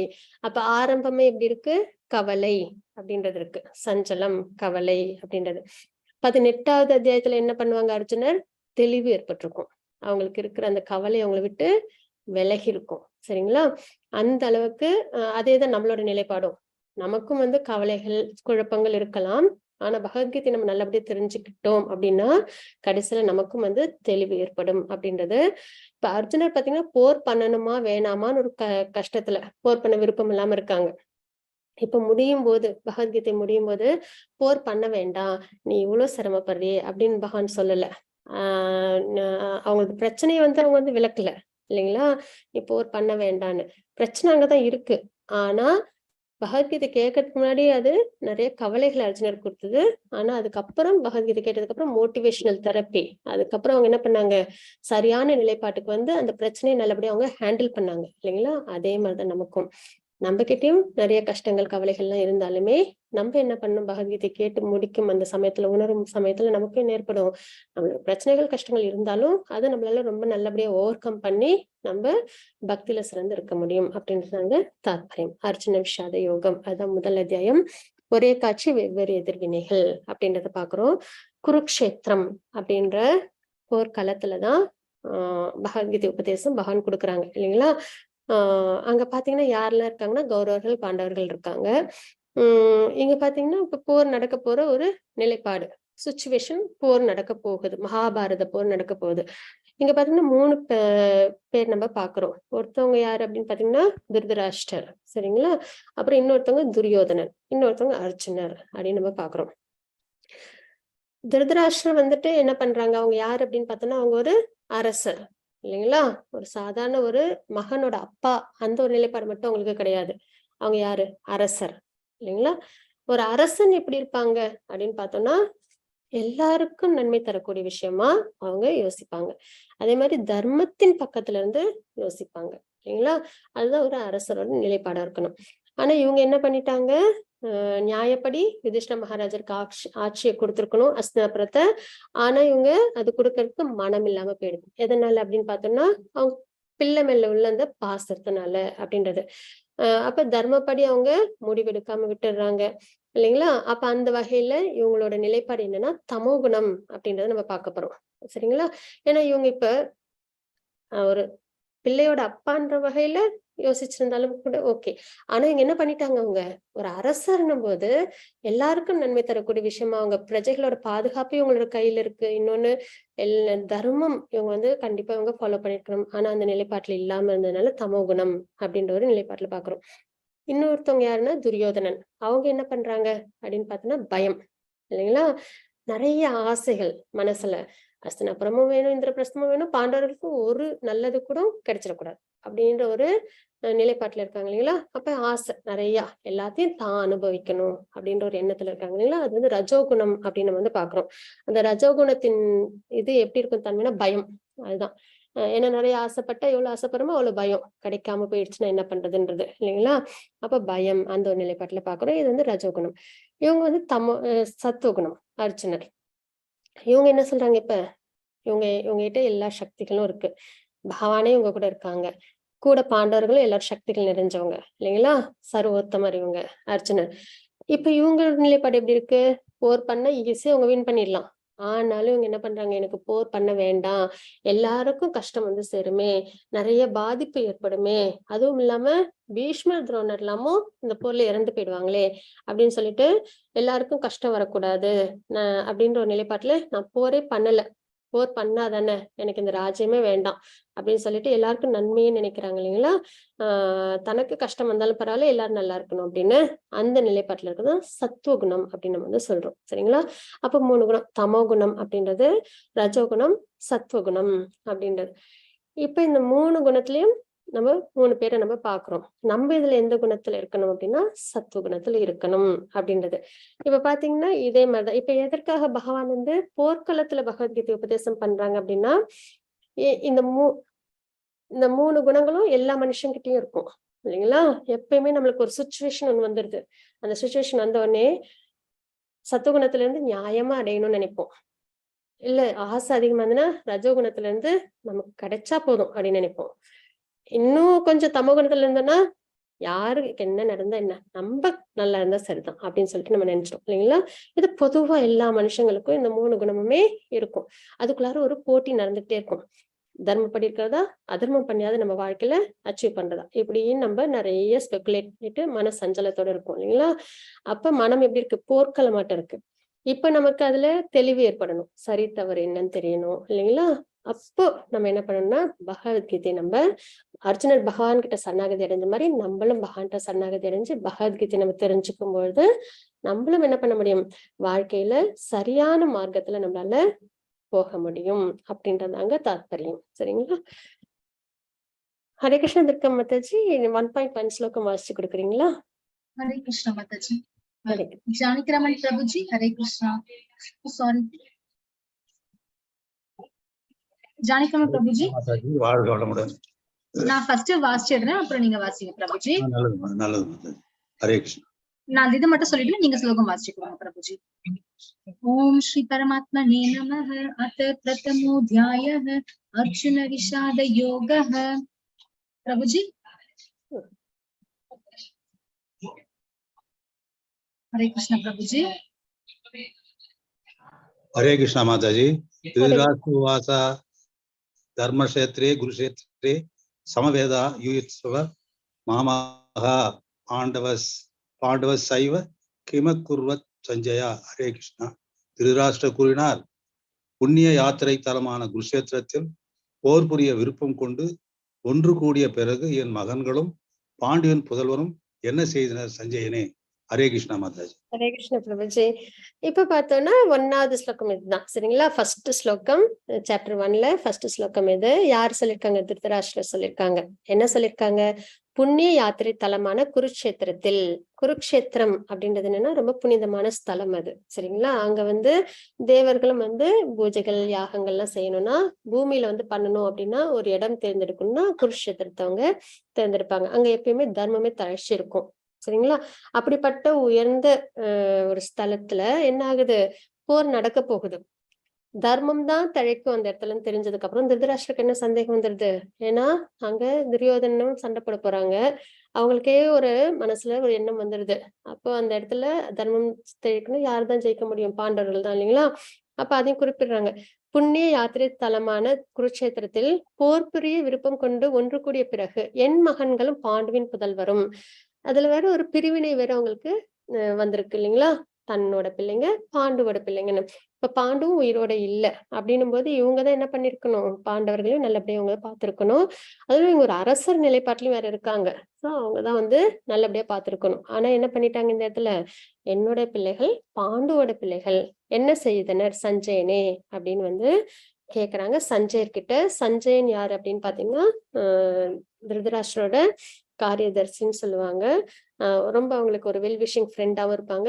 ஆனா அவங்க ரொம்ப சாத்வீக குணத்துல உள்ளவங்க சரிங்களா. திருதராஷ்டிரம் கொஞ்சம் அதர்மம் இருந்தாலுமே நியாயப்படி இல்லாத பட்சத்திலும் கூட சஞ்சயன் எந்த நிலைப்பாட்டுல இருக்காங்க? சாத்வீக குணத்துல உள்ளவங்க, ஒரு பக்தரும் கூட அவங்க. அவங்க கிட்ட திருதராஷ்டிரர் சஞ்சயன்ட்ட கேக்குறாங்க. ஏன் சஞ்சயன்ட்ட கேக்குறாங்கன்னா, இப்ப திருதராஷ்டிரருக்கு கண்கள் தெரியாது இல்லைங்களா. அப்ப அவங்களுக்கு ஆனா போர்ல என்ன நடக்குதுன்றது தெரிஞ்சுக்கணும்னு விருப்பம். அப்ப வியாசர் என்ன பண்ணுவாங்கன்னு பாத்தீங்கன்னா, சஞ்சயருக்கு அந்த பார்க்கும் திறனை கொடுப்பாங்க. போர்க்களத்துல என்ன நடக்குதுன்றத அதை பார்த்து அப்படியே திருதராஷ்டிரருக்கு கமெண்ட்ரி கொடுத்துட்டு இருப்பாங்க. சோ அந்த வகையில இப்போ திருதராஷ்டிரர் கேக்குறாங்க சஞ்சயன்ட்ட, போர்க்களத்துல என்ன நடக்குது அப்படின்றத தெரிஞ்சுக்கணும்னு கேக்குறாங்க. இப்ப இங்க திருதராஷ்டிரோட மனநிலையில என்ன பாக்குறோம் அப்படின்னு பாத்தீங்கன்னா, இப்போ இங்க பால் இருக்கு, அதுல நம்ம கொஞ்சம் புளிப்பு பதார்த்தம் சேர்த்தா அது என்ன ஆயிடும்? திரிஞ்சு வந்துடும் இல்லைங்களா. அதுக்கப்புறம் அதுல இந்த பால் பொருள் வச்சு ஸ்வீட்ஸ் எல்லாம் செய்வாங்க. அந்த மாதிரி இப்போ கௌரவர்கள் பாண்டவர்கள் ஒரே குடும்பம் தான் இல்லைங்களா. ஆனா இப்ப திருதராஷ்டிர இவங்க துரியோதனோட மனநிலை எப்படின்னா கொஞ்சம் சுயநலமா இருக்கு இல்லைங்களா. அந்த சுயநலம் அப்படின்ற அந்த எண்ணத்தால என்ன ஆயிடுது? குடும்பம் பிளவுபட்டுருது. கௌரவர்கள் பாண்டவர்கள் பிரிஞ்சிடுறாங்க. அதுலயும் இப்போ திருதராஷ்டிரோட மனநிலை என்ன அப்படின்னா, அந்த ராஜ்யம் அப்படின்ற அந்த உயர்ந்த விஷயம் தன்னோட மகன்களுக்கு கிடைக்கணும், அந்த இன்பத்தை தன்னோட மகன்கள் அனுபவிக்கணும் அப்படின்ற அந்த நிலைப்பாட்டுல இருக்காங்க அப்படின்றத நம்ம தெரிஞ்சுக்கிறோம். சுயநலமா கொஞ்சம் யோசிச்சிருக்காங்கன்றத நம்ம தெரிஞ்சுக்கிறோம். துர்கா மாதாஜி 1.3 ஸ்லோகம். ஹரே கிருஷ்ணா மாதாஜி. கீதா மாதாஜி ஹரே கிருஷ்ணா. हरे कृष्णा. ஹரே கிருஷ்ணா மாதாஜி. हरे कृष्णा. प्रणाम माताजी. पश्यतां पाण्डुपुत्राणाम् आचार्य महितं समं व्यूढां द्रुपदपुत्रने तव शिष्यने धीमदा. ஆச்சாரியரே, துருபத குமாரரான உங்கள் புத்திசாலி சிறனால் நேர்த்தியாக அணிவகுக்கப்பட்ட பாண்டு புத்திரர்களின் மாபெரும் படையை பாருங்கள். ஹரே கிருஷ்ண மாதாஜி. இப்ப துரியோதனன் அவங்களோட நிலைப்பாடு என்ன இருக்கு அப்படின்றத பாக்கலாம். அவங்க என்ன பண்ணாங்கன்னா ஆசிரியர் துரோணாச்சாரியர்கிட்ட போறாங்க சரிங்களா. இதோ பாண்டுவின் மகன்களின் பெரிய படையை உங்கள் புத்திசாலித்தனமான சீடரான துருபதாவின் மகனால் திறமையாக ஏற்பாடு செய்யப்பட்டுள்ளதுன்றதை நம்ம பாக்குறோம். துரோணாச்சாரியர் துருபதன் அவங்க துருபதன் யாரு அப்படின்னா திரௌபதி அம்மாவோட தந்தை இல்லைங்களா. இப்ப என்ன ஆகுது அப்படின்னா, துருபதனும் துரோணாச்சாரியரும் ரொம்ப நண்பர்களா இருந்தாங்க குருகுலத்துல படிக்கும் போது. அதுக்கப்புறம் அவங்க 2 பேருக்கும் ஒரு மனஸ்தாபம் ஏற்பட்டு பிரிஞ்சிடுவாங்க, விரோதி ஆயிடுவாங்க 2 பேரும். அதுக்கப்புறம் என்ன ஆகும் அப்படின்னா, துரோணாச்சாரியர் துருபதனை வீழ்த்திடுவாங்க சரிங்களா, ஜெயிச்சிருவாங்க ஒரு சண்டையில. அப்ப என்ன ஆகும், துருபதனுக்கு ரொம்ப கோபம் வந்துடும். கோபம் வந்த உடனே என்ன பண்ணுவாங்கன்னா ஒரு பெரிய யாகம் ஒண்ணு வளர்த்து அதுல வந்து துரோணாச்சாரியர் அழிக்கிறதுக்காகவே ஒரு மகனை வரமா கேட்பாங்க. அப்பதான் திருஷ்டத்யுமன் அப்படின்றவங்க அவங்களுக்கு கிடைப்பாங்க. இது எல்லாமே துரோணாச்சாரியருக்கும் தெரியும். அதுக்கப்புறம் 2 பேரும் ஃப்ரெண்ட்ஸ் ஆயிடுவாங்க, துரோணாச்சாரியரும் துருபதனும். அப்ப என்ன பண்ணுவாங்க, துருபதன் துரோணாச்சாரியர்கிட்டே அனுப்புவாங்க திருஷ்டத்யுமனை கலைகள்லாம், போர்க்கலையெல்லாம் கத்துக்கிறதுக்கு. துரோணாச்சாரியருக்கும் தெரியும் இந்த பிள்ளையாலதான் மரணம் வரப்போகுதுன்றது. இருந்தாலும் அவங்க என்ன பண்ணுவாங்க, எந்த பாகுபாடும் இல்லாம நல்லபடியா அந்த துருபதனுக்கும் நல்லபடியா அவங்க சொல்லி கொடுப்பாங்க தனக்கு தெரிஞ்ச கலைகள்லாம். அப்ப இத வந்து இங்க வந்து சொல்றாங்க, யாரு துரியோதனன் சொல்றாங்க, இந்த மாதிரி துருபதனின் மகனால் திருஷ்டத்யுமன் யாராலையும் அவங்க வந்து கைட் ஆனாங்க, யாரால அவங்களுக்கு அந்த நாலேஜ் எல்லாம் கிடைச்சது, போர் வித்தையெல்லாம் துரோணாச்சாரியரால இல்லைங்களா. அப்ப உங்களால சொல்லி தரப்பட்டு இப்போ நமக்கு எதிராகவே வந்து நிக்கிறாங்க. இன்னொன்னு துருபதனுக்கும் அவங்களுக்கும் விரோதம் இருந்தது இல்லைங்களா, அந்த விரோதத்தையும் கொஞ்சம் அவங்களுக்கு ஞாபகப்படுத்துறாங்க. சோ இதெல்லாம் ஞாபகப்படுத்தி இதெல்லாம் இந்த மாதிரி சுச்சுவேஷன் இருக்கு, நீங்க வந்து பாண்டவர்கள் பக்கம் சப்போர்ட்டிவா இல்லாம எங்க பக்கம் நீங்க எப்பயுமே இருக்கணும் அப்படின்றத அவங்க சொல்லி காமிக்கிறாங்கன்றத பாக்குறோம் பயத்தின் அடிப்படையில. ஹரே கிருஷ்ணா மாதாஜி. 1.3 ஸ்லோகம். हरे कृष्णा माताजी. श्री विद्या माताजी, हरे कृष्णा. हरे कृष्णा माताजी. नमस्ते माताजी. प्रणाम माताजी. नमस्ते. सकोशौ दाद्राष्ट्राणं हृदयानि व्यधारयत् न पश्यस पृथिवीं सैव मुदो मुवो अप्यनुनादयन्. பல்வேறு சங்க ஒலிகள் முழக்கம் பேரொலியாக எழுந்து பூமியும் வானமும் நடுங்குமாறு எதிரொலிக்க திருதராஷ்டிரரின் மகன்களுடைய இதயங்கள் சிதறி போயின. ஹரே கிருஷ்ணா மாதாஜி. மாதாஜி. இப்ப வந்துட்டு இப்ப சங்கநாதம் ஏற்படுது சரிங்களா. ஏன்னா போர் பண்றதுக்கு முன்னாடி என்ன வரும், என்ன ஒலி கொடுப்பாங்க, சங்கநாதம் இல்லைங்களா. அதுதான் வந்து ஸ்டார்ட் ஆகிறதுக்கான அறிகுறி. அதே மாதிரி இந்த சங்கநாதம் முழங்கும் போது என்ன ஆகுது அப்படின்னு பார்த்தோம்னா, திருதராஷ்டிர பிள்ளைகளோட மனம் வந்து சிதறி போகுது பயத்தினால. ஏன்னா எப்பயுமே அதர்மம் பண்ணாதான் பயம் இருக்கும் இல்லைங்களா. நம்ம ரொம்ப ஸ்ட்ரெயிட் ஃபார்வர்டா நியாயமா இருந்தோம்னா நம்ம எதுக்குமே பயப்பட மாட்டோம். ஏன்னா நம்ம மேல தப்பு இல்லை, நம்ம தப்பு பண்ணலன்னும் போது நம்மளுக்கு ஒரு தனி தைரியம் தெம்பு இருக்கும். ஆனா நம்ம எங்கேயாவது தப்பு பண்ணியிருந்தோம்னா மனதுல கொஞ்சம் உறுத்தல் இருக்கும் இல்லைங்களா. அந்த வகையில அவங்களுக்கு என்ன ஆகுது, அதர்மத்துல கொஞ்சம் ஈடுபட்டதுனால அவங்களுக்கு என்ன ஆயிடுது, சங்கநாதம் கேட்டோடனே அவங்களுக்கு பயம் வந்துடுது மனம் ஃபுல்லா அப்படின்றத தெரிஞ்சுக்கிறோம். இப்ப பாண்டவர்களுக்கும் கௌரவருக்கும் போர் நடக்க போகுது. ஆனாலும் வந்து சில சிம்டம்ஸ் அது வந்து பாத்தீங்கன்னா பாண்டவர்கள் தான் ஜெயிப்பாங்க அப்படின்றதுக்கு ஆதாரமா இருக்கு. அது என்ன அப்படின்னு பார்த்தோம்னா அடையாளமா இருக்கு. அது என்னன்னு பார்த்தோம்னா தர்மக்ஷேத்திரம் குருக்ஷேத்திரம் அப்படின்றது தர்மமே தழைச்சிருக்கிற ஒரு இடம். அப்ப அந்த இடத்துல போர் பண்றதுனால பாண்டவர்கள் தான் தர்ம வழியில இருக்கிறதுனால அவங்களுக்கே வெற்றி கிடைக்கும் அப்படின்றதுக்கு ஒரு ஆதாரமான நிலையா இருக்கு. இன்னும் தெய்வீக தேர், இது வந்து யாரு கொடுத்தாங்க அப்படின்னு பாத்தீங்கன்னா, இந்த தேர் வந்து அக்னி தேவர் அர்ஜுனருக்கு கொடுத்த தேர். அர்ஜுனர் எல்லாருக்கிட்டையும் ரொம்ப நல்லவங்களா பிஹேவ் பண்றாங்க இல்லைங்களா, சத்துவ குணத்துல உள்ளவங்க இல்லைங்களா. அதனால அவங்களுக்கு எல்லாருக்கும் அவங்கள ரொம்ப பிடிக்கும். அதே மாதிரி அவங்க நிறைய கிஃப்டும் கொடுப்பாங்க. அந்த வகையில அர்ஜுனருக்கு அக்னி தேவர் கொடுத்த ஒரு கிஃப்ட் தான் இந்த தேர் அப்படின்றது. இந்த தேர் என்ன இது விஷயம் அப்படின்னா, எல்லா டைரக்ஷன்லயும் வந்து நினைச்ச மாத்திரத்துல போகக்கூடிய வேகமா செலுத்தக்கூடிய ஒரு தேர் இது. அதுக்கப்புறம் சங்கநாதம், பகவானோட சங்கு முழக்கமே வந்து ஒரு மங்களகரமான ஒரு நிலைப்பாடா நம்ம பார்க்கணும் இல்லைங்களா. அப்படின்னு வந்து அதுவும் பகவானோட சங்கு பாஞ்சஜன்யம் அது அந்த ஒலி கேட்கும்போது என்ன ஆகுது, கண்டிப்பா தர்மமே நிலைச்சிருக்கும்ன்றது தெரிய வருது. அதுக்கப்புறம் காண்டீபம், பாசுபதாஸ்திரம், இது வந்து யாரால வந்து அர்ஜுனருக்கு கிடைச்சதுன்னா சிவபெருமானால. சிவபெருமானோட சக்தி அதுல இருக்கிறதுனால கண்டிப்பா இவங்களுக்கே தான் வெற்றி இல்லைங்களா. அதையும் நம்ம தெரிஞ்சுக்கிறோம். அதுக்கப்புறம் பாக்கியலட்சுமி, மகாலட்சுமி எங்க இருக்காங்களோ அவங்க எல்லாருமே நன்மைகளாவே நடக்கும் அப்படின்றத நம்ம தெரிஞ்சுக்கிறோம். அப்புறம் ரிஷிகேஷா அப்படின்றது பகவானோட பெயர். ரிஷிகேஷா அப்படின்றது புலன்களின் அதிபதி அப்படின்றதுதான் இந்த பேரோட அர்த்தம். அப்படிப்பட்ட உயர்ந்த பகவானும் பாண்டவர்களோட இருக்காங்க. பகவான் எங்க இருக்காங்களோ அந்த இடத்துல கண்டிப்பா ஜெயம் இல்லைங்களா. அதுக்கப்புறம் பாத்தீங்கன்னா இங்க மேல ஒரு கொடி இருக்கு இல்லைங்களா, இதுக்கு வந்து கபித்வச்சா அப்படின்னு சொல்லுவாங்க. இந்த கொடியில யாரு இருக்காங்க அப்படின்னு பார்த்தோம்னா ஹனுமான் இருப்பாங்க. எங்கெல்லாம் ஹனுமான் இருக்காங்களோ அவங்கெல்லாம் வெற்றியும் பலமும் நிச்சயம் சொல்லுவாங்க இல்லைங்களா. அந்த வகையில ஹனுமான் இருக்கிறதும் அவங்களுக்கு ஒரு பலம். ஏன்னா அவங்க பீமன் வந்து தவம் பண்ணுவாங்க அந்த வனவாசத்தப்போ, ஹனுமான் வந்து அவங்க கூடவே இருப்பேன் அப்படின்னு சொல்லியிருந்தாங்க இல்லைங்களா? அப்போ ஹனுமான் இருக்காங்க. அதுக்கப்புறம் பாத்தீங்கன்னா த்வெத்த ஜீவிதா அப்படின்னு சொல்லுவாங்க.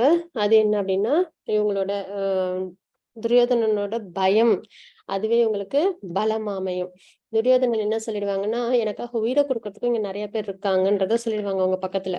அதே மாதிரியே அந்த வார்த்தை, அந்த பயத்தினால அந்த வார்த்தை அதே மாதிரியே பழிச்சிருக்கும் இல்லைங்களா? அவங்களுக்காக எல்லாருமே உயிரை கொடுத்தவங்களதான் இருப்பாங்க. அவங்க 100 சகோதரர்கள், அவங்க கூட பிறந்தவங்க, அப்புறம் சகுனி, இந்த மாதிரி எல்லாருமே அவங்களுக்காக உயிரை கொடுத்திருப்பாங்க. அப்ப அந்த பயத்தினால அந்த வார்த்தை, அந்த த்வெத்த ஜீவிதா அப்படின்னு சொல்லுவாங்க. அதுக்கப்புறம் மோக்ஷதா ஏகாதசி அன்னைக்குதான் பகவத்கீதை உபதேசம் நடந்தது. அன்னைக்குதான் போறோம் ஸ்டார்ட் ஆச்சு. ஏகாதசி பகவானுக்கே உரித்தான நாள் இல்லைங்களா? அதனால அதுவும் ஒரு சிம்டம்ஸ், பாண்டவர்களுக்கு தான் வெற்றி அப்படின்றது. அப்ப இந்த மாதிரி விஷயங்கள்லாம் போர் நடக்கிறதுக்கு முன்னாடியே பாண்டவர்களுக்கு தான் வெற்றின்றத குறிப்பிட்டு கொடுக்குது அப்படின்றத நம்ம தெரிஞ்சுக்கிறோம். இது வந்து இந்த கொடிக்கு பேர் வந்து கபித் வச்சா அப்படின்னு சொல்லுவாங்க. ஹனுமான் இருக்கிற கொடிக்கு பேர். சரிங்களா?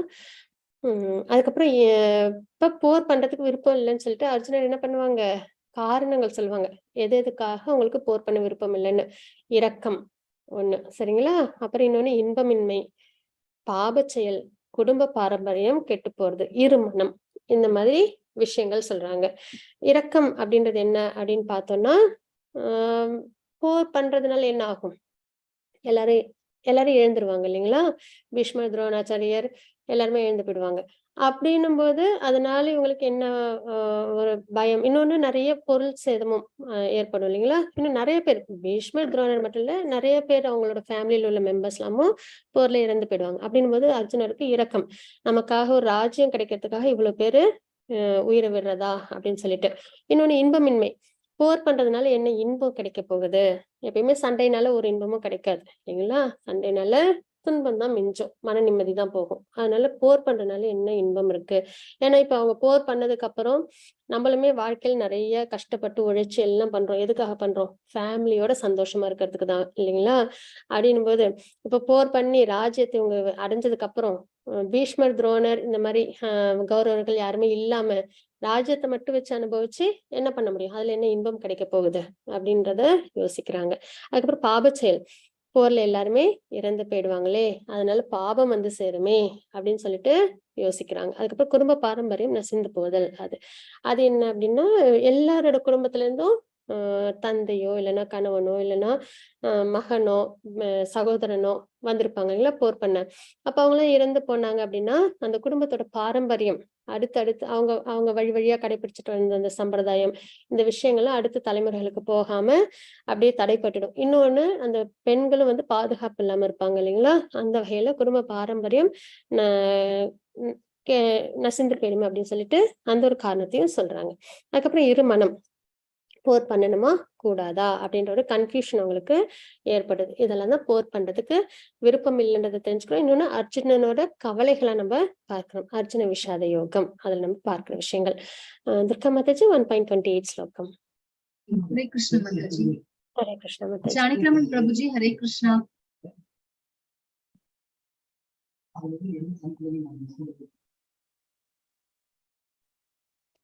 ஹரே கிருஷ்ணா மாதாஜி, வாழ்க வளமுடன். हरे कृष्ण। இரக்கம். அர்ஜுனவாச திருஷ்டுவேவம் சிவ ஜனனம் கிருஷ்ண யுத்ஸ்வம் சமுபஸ்திதம் சீதந்தி மம காத்ராணி முகம் ச பஷ்யந்தி. அர்ஜுனன் கூறினான், எனது அன்பு கிருஷ்ணரே, போரிடும் உணர்வுடன் என் முன் கூடியுள்ள எனது நண்பர்களையும் உறவினர்களையும் கண்டு என் உடல் அங்கங்கள் நடுங்கி வாய் உணர்வதை உணர்கிறேன். ஹரே கிருஷ்ண மாதாஜி. ஹரே கிருஷ்ண பிரபுஜி. இப்ப இரக்கம் இதுல என்ன அப்படின்னு நம்ம பார்க்கலாம். அதற்கான ஸ்லோகம் இது. எனது அன்பு கிருஷ்ணே, போரிடும் உணர்வுடன் என் முன் கூடியுள்ள எனது நண்பர்கள் உறவினர்கள் எல்லாருமே வந்திருப்பாங்க இல்லைங்களா? அவங்களோட ஃப்ரெண்ட்ஸ் உறவினர்கள், அதாவது கௌரவர்கள் அவங்களோட உறவினர்கள் தான். அதுக்கப்புறம் அம்மா வழி உறவினர்கள், அப்புறம் பிள்ளைகள், பேர பிள்ளைகள், இப்படி எல்லாரும் அந்த பக்கமா இருப்பாங்க இவங்களோட ஃப்ரெண்ட்ஸ் எல்லாருமே. அப்ப இதெல்லாம் பார்த்த உடனே அவங்களுக்கு என்ன ஆகுது, அந்த இரக்கம், அவங்க எல்லாம் இந்த போர்ல மடிஞ்சு போயிடுவாங்களே அப்படின்ற ஒரு அந்த எண்ணம் அவங்கள ரொம்பவே பாதிக்குதுன்றத தெரிஞ்சுக்கிறோம். மாதாஜி 1.31 ஸ்லோகம். हरे कृष्ण माताजी। हरे कृष्ण माताजी। गीता माताजी हरे Krishna. Hare Krishna Mataji. Krishna Mataji. Na cha shreshyo anupashyami shatva svajanam aha ve na shangesha vijayam Krishna na cha rajyam suhanicha. சொந்த உறவினரை இப்போரில் கொள்வதால் என்ன நன்மை வரப்போகிறது என்பதை என்னால் காண முடியவில்லை. என் அன்பு கிருஷ்ணரே, இதில் பெறக்கூடிய வெற்றியையோ ராஜ்யத்தையோ இன்பத்தையோ நான் விரும்பவில்லை. ஹரே கிருஷ்ண மாதாஜி. மாதாஜி, இப்போ அர்ஜுனர் வந்து இன்பம் இல்லைன்றத சொல்றாங்க.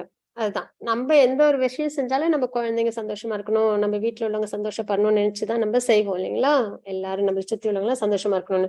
அப்படின்னும் போது இவங்க போர்லாம் பண்ணி முடிச்சதுக்கு அப்புறம், வெற்றி அடைஞ்சதுக்கு அப்புறம் அந்த சைட்ல இருந்த அவங்களோட உறவினர்கள் எல்லாம், நண்பர்கள் எல்லாம் அதுல என்ன ஆயிருப்பாங்க, இறந்து போயிருப்பாங்க. அப்ப ராஜ்யம் மட்டும் வச்சுட்டு அதுல என்ன சந்தோஷம் இருக்க போகுது அப்படின்னு சொல்லிட்டு அர்ஜுனர் வந்து ரொம்பவே வருத்தப்படுறாங்க. இன்பம் இல்லை, போர் பண்றதுனால இன்பம் இல்லை, சொந்த உறவினரை போரில் கொள்வதால் என்ன நன்மை வரும் என்பதை என்னால் காண முடியவில்லை அப்படின்னு சொல்றாங்க.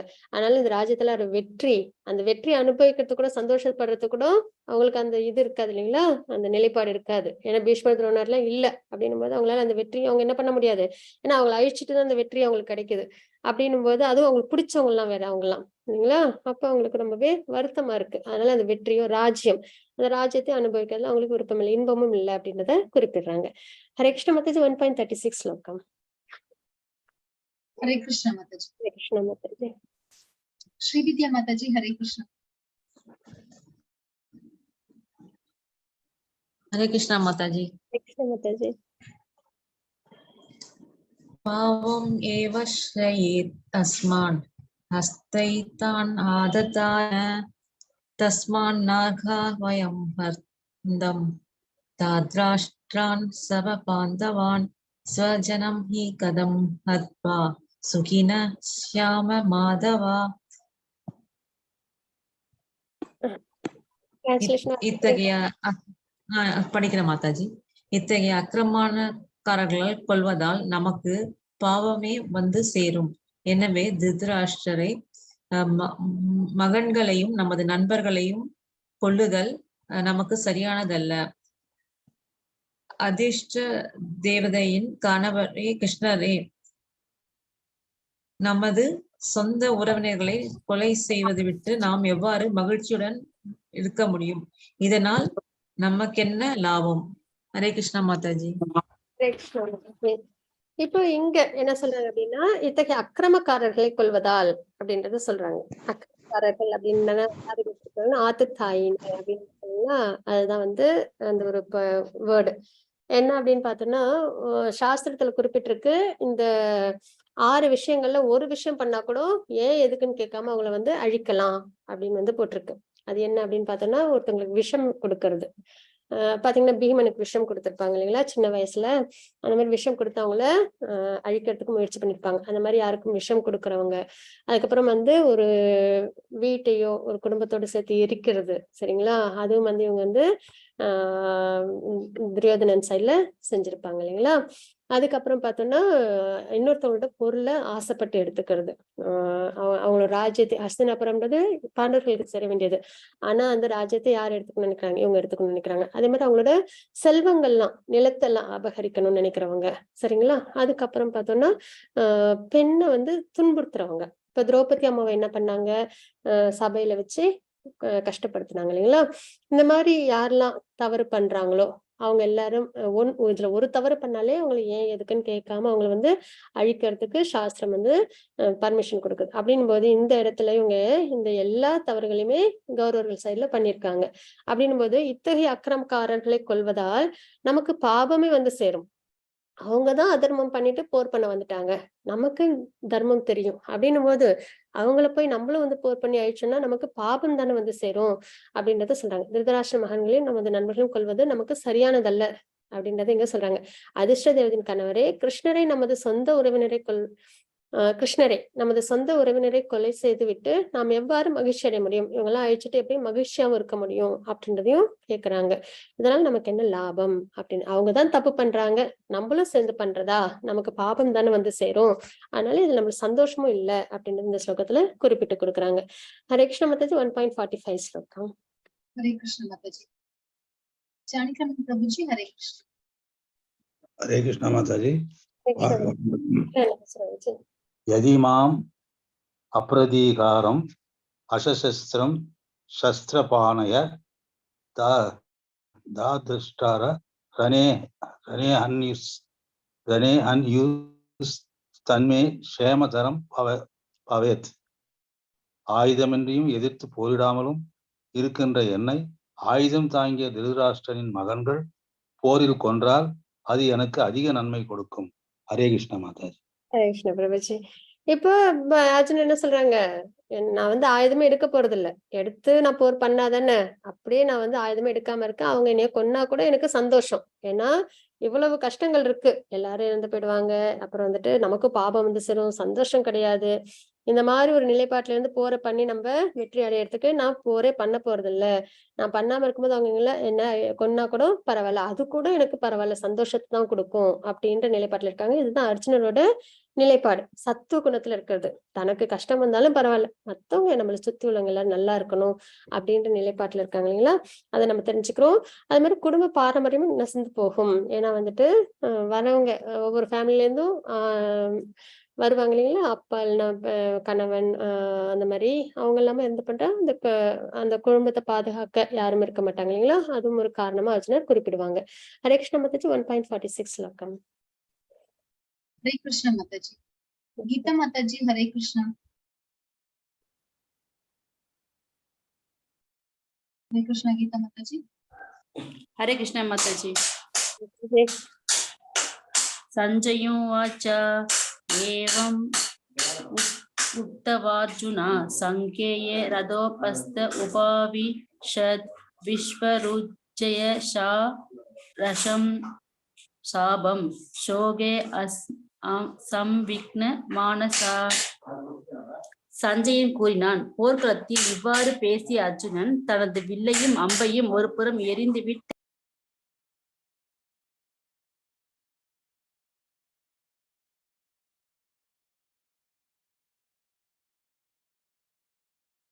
மாதாஜி கேக்குதுங்களா? இல்ல மாதாஜி. ஓகே மாதாஜி, நான் வாசிச்சேன் மாதாஜி. ஹரே கிருஷ்ணா. சஞ்சய உவாச்ச ஏவம் உக்த்வார்ஜுன சங்கே ரதோபஸ்த உபாவிஷத் விஸ்ருத்ய சரம் சாபம் சோக சம்விக்ன மானசஹ. சஞ்சயன் கூறினான், போர்க்களத்தில் இவ்வாறு பேசிய அர்ஜுனன் தனது வில்லையும் அம்புகளையும் ஒரு புறம் எறிந்துவிட்டு ரதத்தில் அமர்ந்து விட்டான். அவனது மனம் சோகத்தால் மூழ்கியுள்ளது. ஹரே கிருஷ்ண. சஞ்சயன் இப்ப என்ன சொல்றாங்கன்னா, இப்போ அதெல்லாம் அங்க என்ன நடக்குதோ அது அப்படியே திருதராஷ்டிரக்கு சொல்லிட்டு இருக்காங்க இல்லையா. ஏன்னா திருதராஷ்டிரம் தான் அவங்கதான் கேட்டிருக்காங்க இப்போ அங்க என்ன நடக்குது அப்படின்றதெல்லாம். அப்படிங்கும்போது சொல்றாங்க, இந்த மாதிரிலாம் வந்து அர்ஜுனர் வந்து சொல்லிட்டு வில்லையும் அம்பையும் கீழே போட்டுட்டு அமர்ந்துட்டாங்க அப்படின்ற சோகத்துல இருக்காங்க அப்படின்றத, இருமனம் போர் பண்றதா கூடாதா அப்படின்ற ஒரு தெளிவில்லாம இருக்காங்க அப்படின்றத குறிப்பிடுறாங்க. இப்போ அர்ஜுனர் மட்டும் பகவத்கீதை கேட்கல, யாரெல்லாமும் கேக்குறாங்க, சஞ்சயனும் கேக்குறாங்க, திருதராஷ்டிரம் கேக்குறாங்க. ஆனா யார் மட்டும்தான் சரியான முறையில புரிஞ்சுக்கிறாங்க? அர்ஜுனனும் சஞ்சயனும் இல்லைங்களா. திருதராஷ்டிரர் இவ்வளவு தூரம் பகவத்கீதையில இன்னும் நிறைய அத்தியாயங்கள் இருக்கு, அதெல்லாம் வந்துட்டு கிருஷ்ணர் 11ஆவது அத்தியாயத்துல வெளிப்படையாவே சொல்லுவாங்க, உங்களை தவிர மத்த யாருமே உயிரோட இருக்க மாட்டாங்க. அதையும் வேற திருதராஷ்டிரர் கேட்டிருப்பாங்க. ஆனாலும் அவங்க என்ன பண்ணிருக்க மாட்டாங்க, போரை நிறுத்திருக்க மாட்டாங்க. நிறுத்திருந்தா பிள்ளைங்க மிஞ்சிருப்பாங்க இல்லைங்களா, ஆனா நிறுத்திடலாம இருப்பாங்க. அதனாலதான் பகவத்கீதைய அர்ஜுனர் கூட இருந்து அவங்களோட அந்த மனநிலையில நம்ம நல்லபடியா அண்டர்ஸ்டாண்ட் பண்ணிக்கணும் அப்படின்றது அங்க தாற்பயம். அந்த வகையில இப்போ சஞ்சயன் வந்து சொல்றாங்க, அர்ஜுனர் போர் பண்ணணுமா கூடாதான்ற குழப்பத்துல இருக்காங்க அப்படின்றத நம்ம பார்க்கிறோம். இதுதான் வந்துட்டு நம்ம இன்னைக்கான அத்தியாயத்துல பார்த்தது. என்னென்ன பார்த்தோம் அப்படின்னா, திருதராஷ்டிரன் விசாரணை, கிமா குருவித சஞ்சய அப்படின்ற ஸ்லோகத்தின் மூலியமா பார்த்தோம். துரியோதனின் பயம், அது வந்து மகத்தியம் சமம் அப்படின்ற ஸ்லோகத்தின் மூலியமா பார்த்தோம்.